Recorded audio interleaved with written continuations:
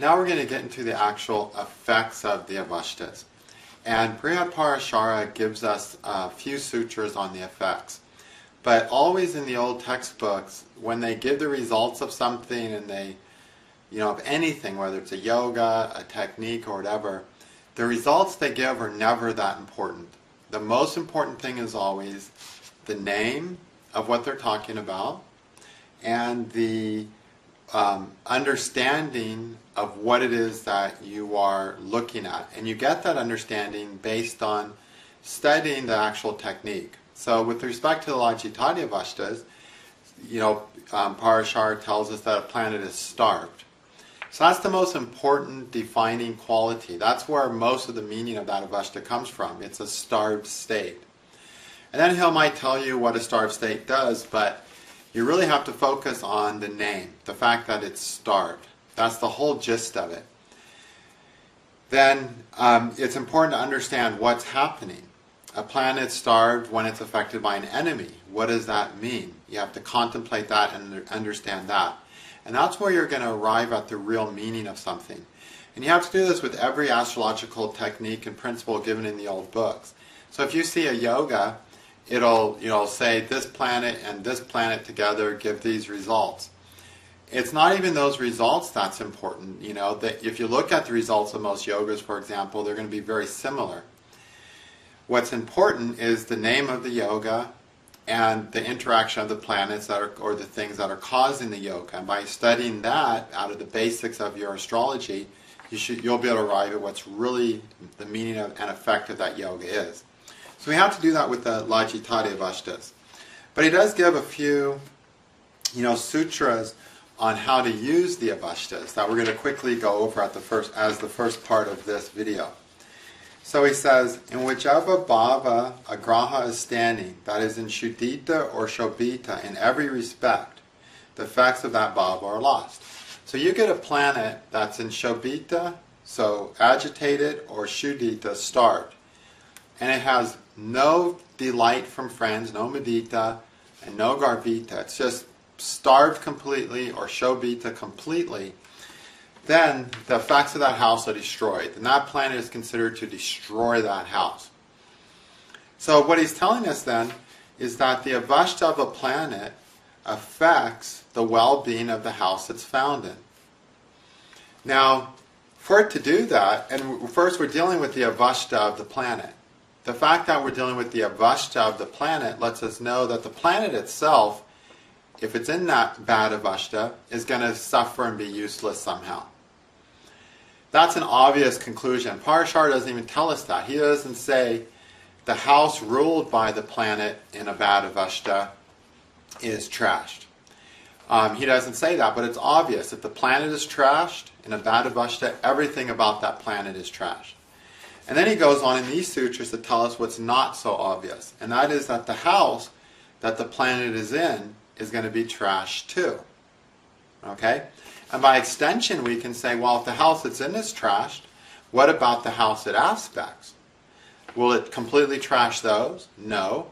Will it partially trash those? Yes. In accordance with its aspect, it'll also partially trash those.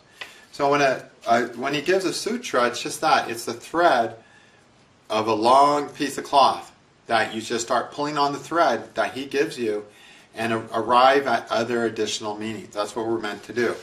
So in this sutra we want to understand that if the planet is going to trash the bhava, it's going to do it because it itself is trashed.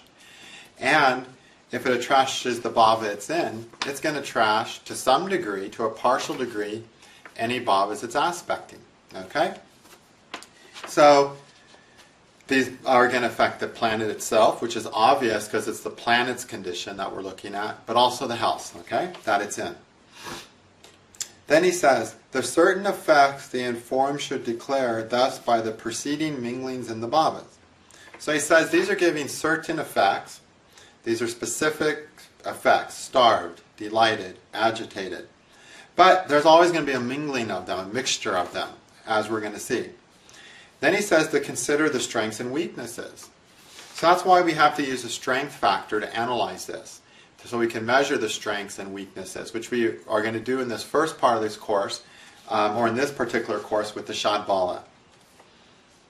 Then he says mudita, delighted and different, meaning delighted in the bad ones. Then there'll be mixed effects. If they're deficient strength, then there'll be not enough effects. So he's basically telling us in this sutra to measure and quantify them with strengths and to consider that there's good and bad all coming together to create the picture of the person's life. Then he gets a couple more specific sutras. The person partakes of sorrow when Lajjita, Trishita, Shuddhita, or Shobhita are in the karma place. So the 10th house, the karma place, the 10th Rashi from the ascendant, are again giving a focal point. Okay? We learned in other courses that a planet in the 10th will be able to manifest its bhava. And here he's saying if a person has a planet that's in Lajjita, Trishita, Shuddhita, Shobhita, any of the 4 troublesome avashtas, and if that takes place in the 10th house, there's going to be a lot of sorrow in the person's life. Why? Because the 10th house planet is the planet we're acting upon the most. And if the planet we're acting upon the most is a planet that's going to give us disappointment, it's going to give us more disappointment to our actions than any of the other planets in any other place. Okay? So he's just pointing out the importance of that karma place. Are we doing things? Are we taking actions that lead to sorrow or not? We have other things we're doing and are happening to us, but the 10th house is the actual actions we're taking in our life with volition and a sense of purpose and with a sense of command in our lives. And if those actions fail us and disappoint us, what can we really do? We can just drift along in accordance with wherever the other planets are pushing us. Then he says, and also a Lajjita graha in the child place causes loss of children to always one remaining. So a person's going to have a lot of problems with children, and if there's a Lajjita planet there. So he's letting us know that the greatest shame that person is going to be able to experience is going to revolve around possibly children somehow. And that's, again, that whole avashta has a lot of 5th house connotations in that your children is what you're creating. What you create has so much to do with how you feel about yourself. Okay, children are one aspect of that, but the 5th house is anything that you're co-creating with life. And then very simply he says, Shobhita and also Trishita in the 7th cause that to the wife. So Shobhita, agitated, or Trishita, thirsty, in the 7th will cause a person to have loss of their spouse. It'll cause more problems to the 7th house, those 2 avashtas, than the others. Now the Shuddhita, the starved avashta, hurts every house equally, but it's most painful in the 10th, as are all avashtas. But the Shobhita and Trishita, which are usually not as destructive to the house, really cause a lot of pain and trouble to the 7th house. So if you see those in the 7th, realize they're going to hurt the person worse. Okay? Those are just some simple things, and they're going to particularly come into play when we start looking at these avashtas in a predictive sense. So we're going to revisit some of those points as we get into the, after we get through the meanings of all the avashtas and you understand every avashta to every planet, and then we'll go on to seeing how that's going to manifest in a predictive sense. So we'll review some of these. But the main point to understand now is that you have to mix your avashtas.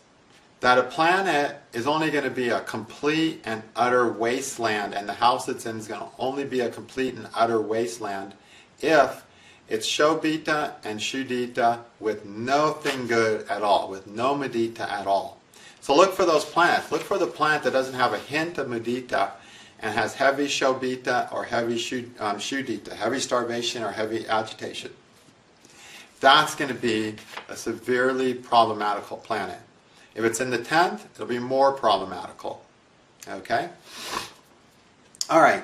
But what we really want to start focusing on now is the actual effects of the avashtas. What happens when the sun starves Saturn, when the moon starves Saturn? What happens when Venus starves the sun?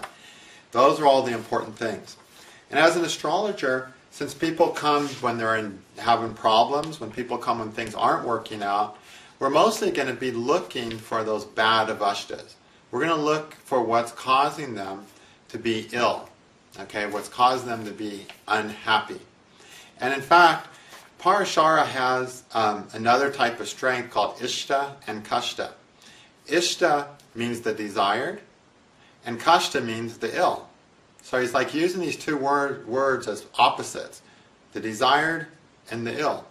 So in life we have what we want, and failing that, we have illness. So when we're looking at the Avashtas, we're essentially looking at illness. Okay? We're looking at the Avashtas that aren't working for them, that aren't giving them what's desired. And when you don't get what you desire, there's illness.